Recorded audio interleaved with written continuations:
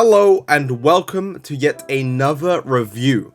Deviating from all the movie and television centric reviews that I have been doing, it's about time we finally tackle a game. This time around, we're going to be looking at OMORI. I was told to play this game by my brother and a few friends, with all of them attempting to spoil absolutely nothing about the game, and so they told me that a fresh experience is what's required to play a game like this.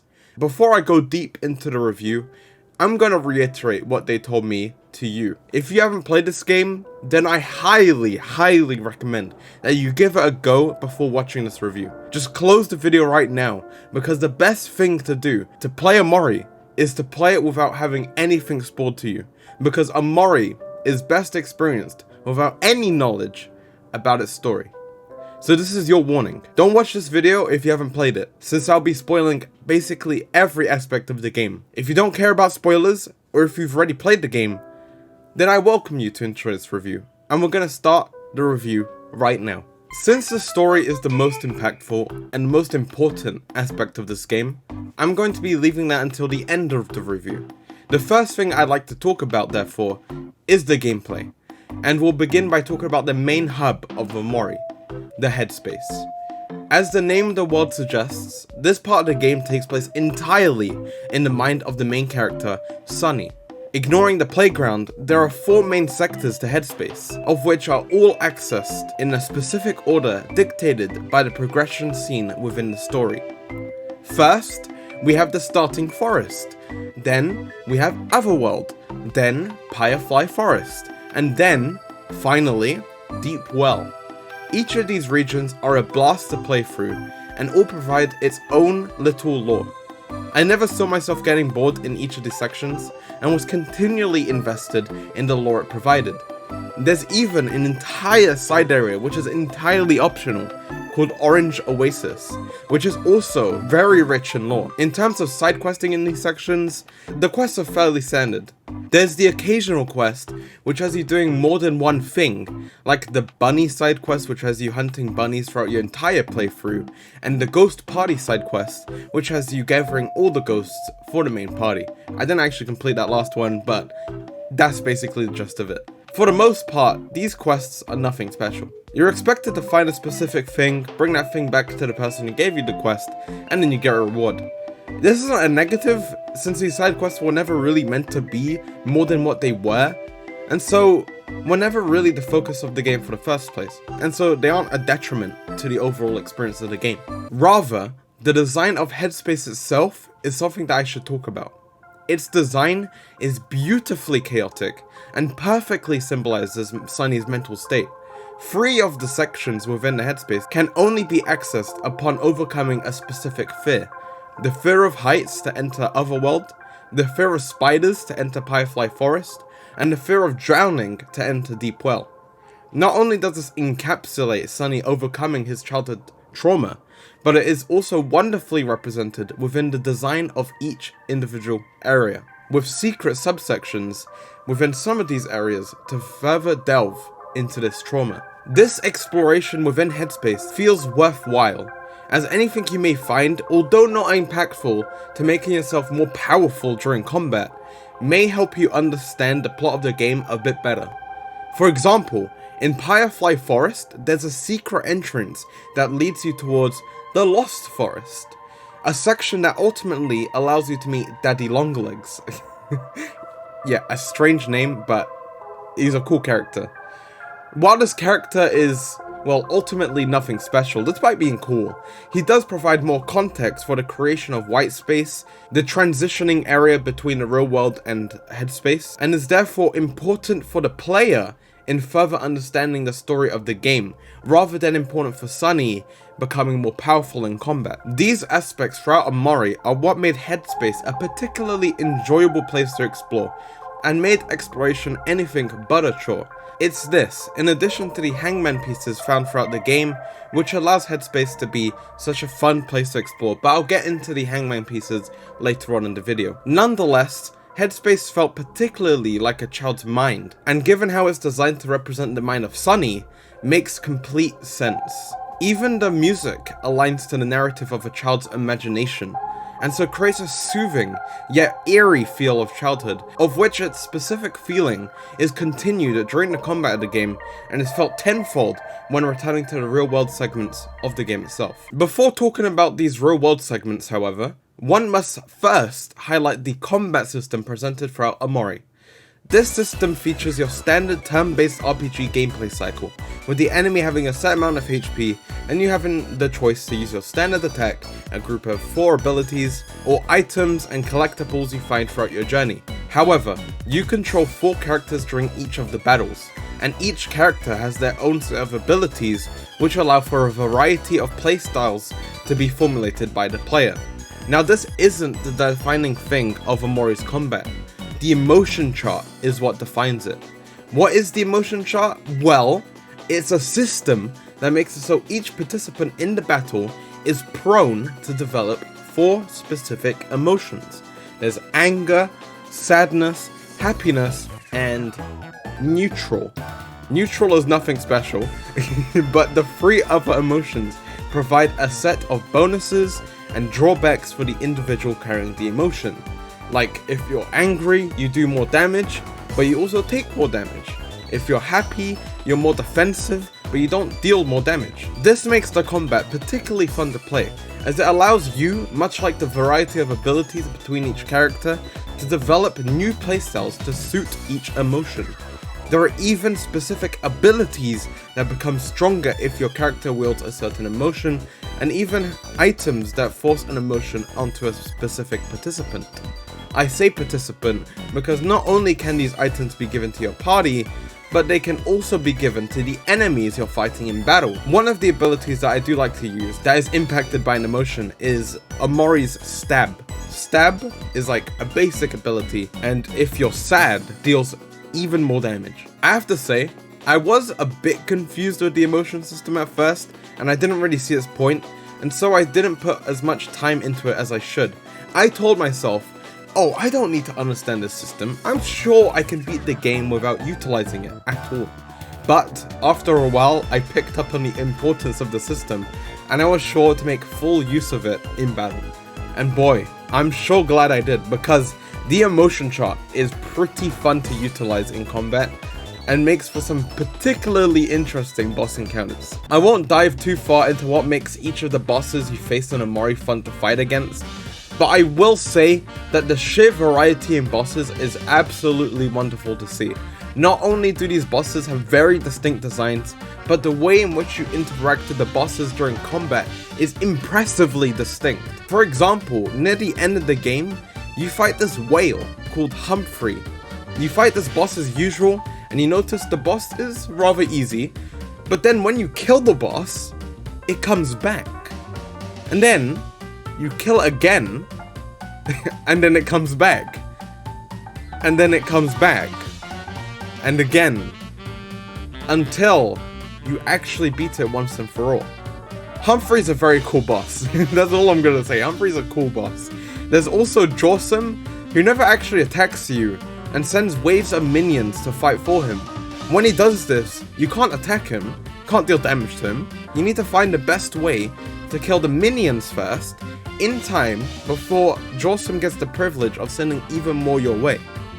That's a pretty cool design.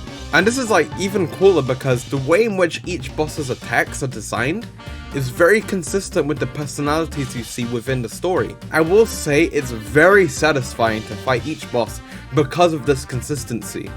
The bosses aren't just bigger enemies blocking your ability to advance in the story. They maintain their personalities during battle, and they show that personality through their attacks. Anyhow, now that all the gameplay and atmosphere has been discussed, it's about time we talk about the main bulk of the game, the story. To start off with a story synopsis, just in case you, for whatever reason, have forgotten OMORI's story, we play as Sunny, who is otherwise known as OMORI in the Headspace. With Basil going missing, your mission throughout the entire game is to find him. And this quest poses to be a challenge due to the multiple detours the protagonists happen to find themselves wandering in. I never found these details to be too much of an issue, because each storyline happens to deepen the lore of Headspace, while also allowing us, as the player, to theorize on the importance of these plots in relation to the overall story. The characters that adventure with Sunny within the Headspace are Kel, Aubrey, and Hero. There is also a character named Mary, but she only appears in picnic spots, as a way for the player to save. All of this heavily contrasts with the real world segments of the game, which, in all honesty, did become quite a chore to go through once you realize you're going to be going there for more than 2 times. In the real world, instead of walking around with the people I mentioned earlier, so Kel, Aubrey, and Hero, you only ever really interact with Kel, since everyone else has changed quite dramatically. And so, I should refer to the real world segment of OMORI, since this constitutes the second half of the game, and it's quite important to understanding the underlying themes present in the game. So unlike the Headspace segments of the game, where everything is a creation of Sunny's mind, the real world segments allow the player to ground themselves amidst the chaos of Headspace. In these segments, you get to find out what has happened to everyone you've been interacting with, and even why these things have happened in the first place. I really did enjoy the way they revealed the fact that these segments of the game exist, since when I first entered the real world segment, I was quite surprised at the fact they weren't afraid to demonstrate a stark contrast in the way each character's relationships were strained in the real world to the fantasy created within Headspace. I thought the entire game was just going to be Headspace, so the fact that these real world segments exist in the first place is quite a treat. Not only is Aubrey no longer friends with the main group, but Hero has left town in order to go to college. This is heavily contrasting to the relationship the main characters see themselves having within Headspace, and I quite enjoyed these twists despite initially not knowing why these characters had become so different. When it was revealed that Mary had died, and this was the reason why Aubrey is no longer friends with the group, an oversimplification of events on my end, mind you, I was left shocked. And it allowed me to understand the true nature of this game. It wasn't a silly, childish game, this game was going to be an emotional trip. And the real world segments did really well at defining that this game was not a childish game, like Headspace demonstrated, but it was actually a very serious game with a very serious plot. Now I did say that by the 3rd time we visited the real world, I felt like these segments were becoming a chore. But this isn't because of the story. Remember this is mostly due to the optional side questing present in the real world. You see, while in the real world segments, you're able to explore the entire town in order to find optional side quests to complete. These side quests don't provide much, but are pretty good if you want to learn more about the residents of the town, as well as if you want to get that special achievement at the end of the game, which is only obtainable if you complete all of the side quests present in the real world. At first, I didn't mind combing through the entire town, since it was all new to me. Finding out that I could work for different shops was pretty cool, and the mini-games were pretty fun too. It was nice interacting with the residents, and it was pretty nice to learn about their lives. But then, I go back into Headspace, doing what I gotta do over there, and then come back to the real world, only to realize that, because I don't want to miss anything, I need to comb through the entire town again. And it's not like any of the mini-games have changed, or even if there's more of an incentive to do so, it's just that I know there's gotta be a reason to do everything again, and so I do exactly that, which I thought it was fine to do it a 2nd time, but then I had to do it a 3rd time, and it was exactly the same thing, bar a few changes, like with the rock paper scissors minigame. Now, you have to remember that this is optional content, but I as a player like to try and do absolutely everything I can, so for me, yeah, this is quite a chore, but it is a self-imposed chore. I don't know why I'm talking about this as if it destroyed the game for me, because it really didn't change my experience of the game at all. Mainly because it was all optional. If it was all compulsory, of course I would have changed my experience, but it's optional, and I did this to myself. I just want to say it. Anyway, what is probably the best aspect of the game is the fact that within the chaos of the childlike feeling of Headspace and the tranquility of the real world setting, OMORI is absolutely laced with horror themes. I say this as someone who does not respond well to horror games. And of course you get that occasional jump scare, but the main selling point of its horror is the game's ability to create a really unsettling feeling in the player and build on that feeling by easing you into the horror one step at a time. At the start of the game, for example, there isn't that much horror. There are jump scares, and there are some moments of dread, but all of this is brought to a boil upon you reaching the near end of the game. By the end of the game, that unsettling feeling is everywhere, and is inescapable. Just look at the red space section of the game. When you're walking up to your throne with all the hands like creating a path for you, that is scary stuff. Now this was perfect for the story, since this inescapable feeling that you feel by the end of the game is the same feeling that Sunny would have felt, now being unable to use the fantasy of Headspace to hide from the traumatic choices he made with Basil. The horror in OMORI represents the cracks found within Headspace, and Headspace itself represents the veil Sunny decided to place over his traumatic past. The childishness of Headspace wasn't just for the heck of childishness, but was symbolic of Sunny attempting to hide from his childhood trauma in order to return to a time where nothing was wrong. A time where his sister was still alive and all his friends were still by his side. It is this contrast between the innocence found within Headspace and the horror themes throughout the game that allows for this game to have a very fascinating story. One is brilliantly orchestrated throughout the game, and one doesn't fail to disappoint in any way. Now, I can't even begin to give the story justice in this review, because basically every single aspect of its story is worth referencing. Obviously, I can't do that here, since this review is already getting a bit long. I think it'd be good to end the review by talking about the ending sequence of the game, as well as the ending twist that comes with it. When I say ending twist, I'm talking about the twist that reveals the true nature of Mary's death. The fact that Mary did not, in fact, hang herself on the tree, but she had instead been pushed down the stairs by the main character, Sunny, and then the hanging was merely a facade created by Sunny and Basil.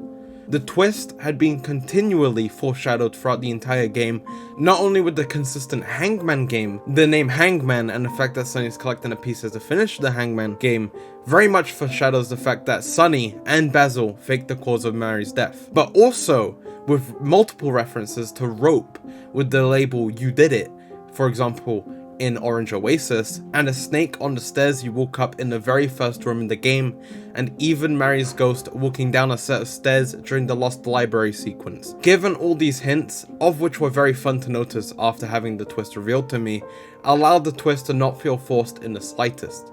This fluid feeling is also thanks to the nature in which the twist was revealed, with the player having to collect pictures from a photo album within Blackspace. Since the idea of preservation through photos had been a fundamental aspect of the game, this method of revealing the twist was really clever, and allowed for the twist to feel quite natural. The flashback segment after this twist, with you walking down the rainy road, recollecting all the things that had been hinted at, felt justified, and it made the entire experience feel complete. These last few sections of the game were really emotional, and I can't say enough how much I love this game's story because of it. I must commend OMORI's story.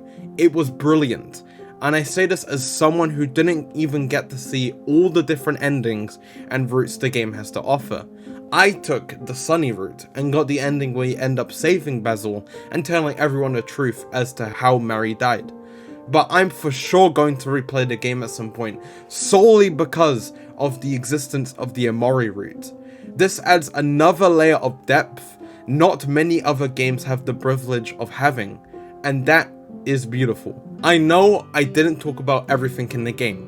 There is a lot to talk about when it comes to the game's lore.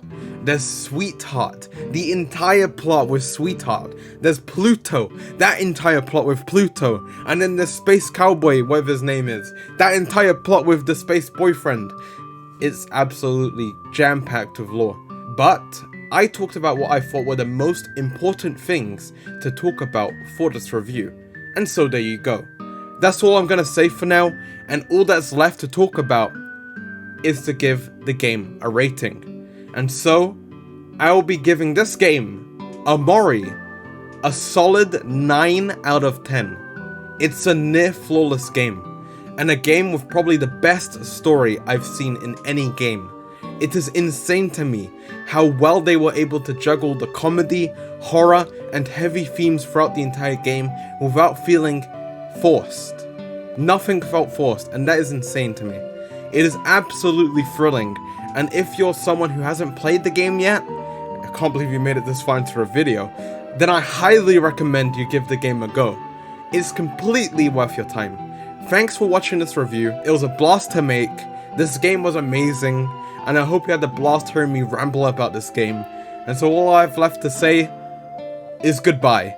Thanks for watching, and I'll see you later.